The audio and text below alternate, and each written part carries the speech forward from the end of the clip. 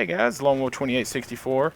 I am officially back from my little 1 week vacation here. I know it's been a little more than a week since I've uploaded, but I just wanted to take some time off from the channel to focus on my personal life, get ready for my vacation, and enjoy that, as well as enjoy spending time with my family, which is most important. So I'm sure everybody can understand, but I am back.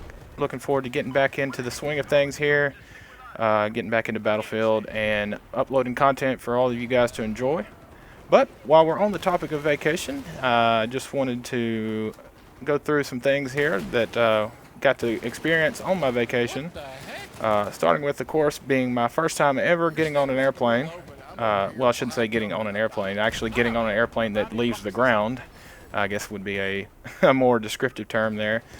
So my first time flying, we flew from Atlanta, which, if you're not aware, happens to be the busiest airport in the world.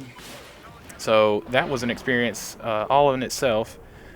We actually chose to fly out of Atlanta instead of Birmingham, Alabama, where I'm currently located, due to the fact that the plane tickets were cheaper and we could, of course, fly nonstop out of Atlanta, whereas most of the flights out of Birmingham connected in Atlanta anyway. So I figured, what the heck, save some money and might as well just go to where you're going to be departing from anyway. So the flight took about 5 hours on the way there, and was probably, from the people that I talked to, and of course some of my family that had flown before, was one of the smoothest plane rides that they had ever been on. So that was good. I was not concerned with flying for the most part, but I am prone to motion sickness, so the turbulence factor was kind of in the back of my mind, hoping that everything would be smooth, and turned out to be that way, which I was very glad to see.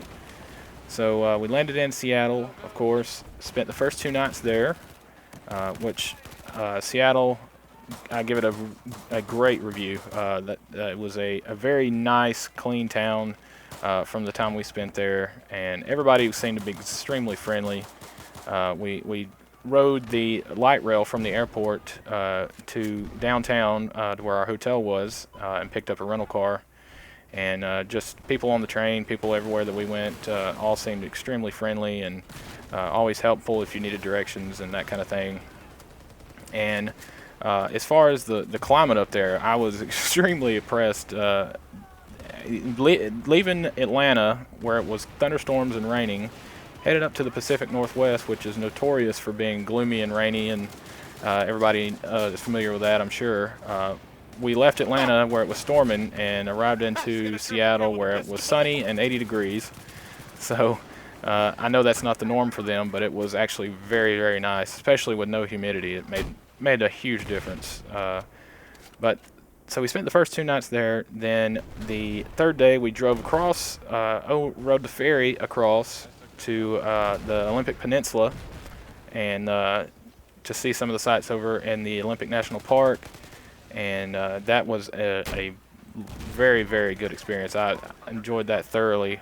We got to go through several towns up in the very northwest corner. We went through Port Angeles, and of course stayed over on the towards the coast. And that was very cool. Coming from Alabama, of course, the only water we see as far as ocean is the Gulf of Mexico, which are very famous for their beautiful white sandy beaches. So the brown rocky beaches of the Pacific were a big change, but very scenic and beautiful in their own way, and enjoyed that. We also made a trip out to the Hoh Rainforest, and that I'm gonna have video and footage of all the different things we did on our other channel, on the 90 Something Studios channel. But that was by far the most exciting, or my favorite stop that we made on the trip. And it's, if I'm not mistaken, one of, or if not one of the few temperate rainforests in the world. And like I said, their rain totals were down this year, I believe. They've only received half of what they normally get up there. But everything was still just so green and surreal almost. It was very cool. So then, of course, we stayed 2 or 3 nights there on the Olympic Peninsula, and drove back over to fly home. And the flight back, got to see a pretty cool sunset, and arrived back in Atlanta, where thankfully it was not storming. And the turbulence, we had a little turbulence on the way back once we got into the south, but it wasn't bad. It wasn't that bad at all, so no problems there. But anyway, I'm sure you guys really cared to hear all about my Seattle trip, but I did want to make mention of one other little update that's going on since I've last uploaded. I picked up a new keyboard. Most of you have seen the Corsair RGB keyboards that are finally being released. They got released earlier this month, and so once I got back, I had to get my hands on one of those. Just not only for the fact of trying out, something cool like an RGB keyboard, but I've been on my Razer Black Widow Ultimate for the past 2.5 years, and starting to show some wear and tear. And I've enjoyed using it as much as I have, but I kind of got tired of the loud clickiness of the Cherry MX Blue keys, so I wanted to switch on over to the reds anyway. So the fact that the RGBs come stock with the reds, you can get them in blues and browns also, but the default, if I'm not mistaken, the ones you see the most of are the red series. So picked one of those up. Actually got the K65, which is a Best Buy exclusive, and the what's so different about it is it doesn't have the +10 or the numpad that you're used to seeing all the way over the far right of the keyboard. As you can see here, it's kind of a chopped off, shorter version, and it allows me to put the keyboard closer to my mouse, and also takes up a lot less desk space. And I don't have the largest desk in the world, so that fit in right with what I was needing.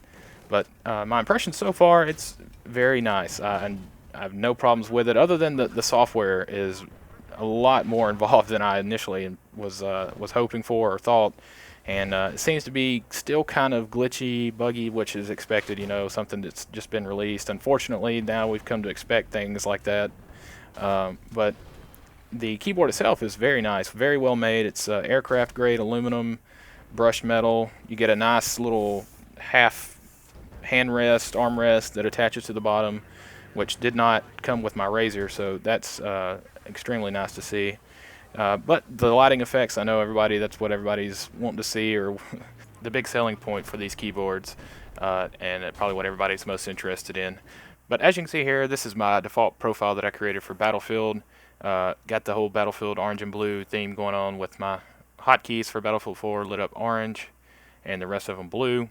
The Alt key there, I know it's kind of hard to see out of focus, but it's actually red and not orange, and that ties in with the two keys here, F9 and F10, which are my shadow play keys, so I can quickly switch between recording and shadow mode just out of my peripheral vision.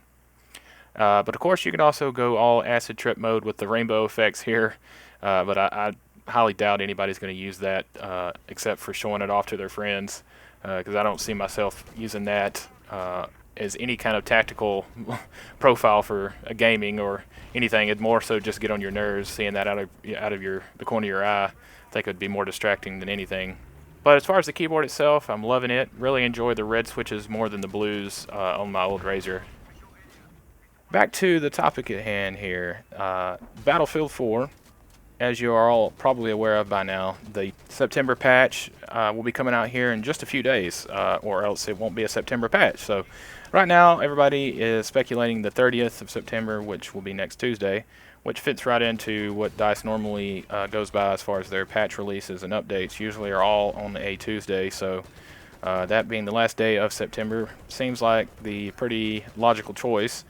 And what we can expect to see in that patch, of course, are most of, if not all, the changes that have been implemented into the CTE, which includes the updates to the player movement and speed, your visual and horizontal recoil changes that they've made that affect not only the gunplay, but also a lot of the reticles and sights in the game.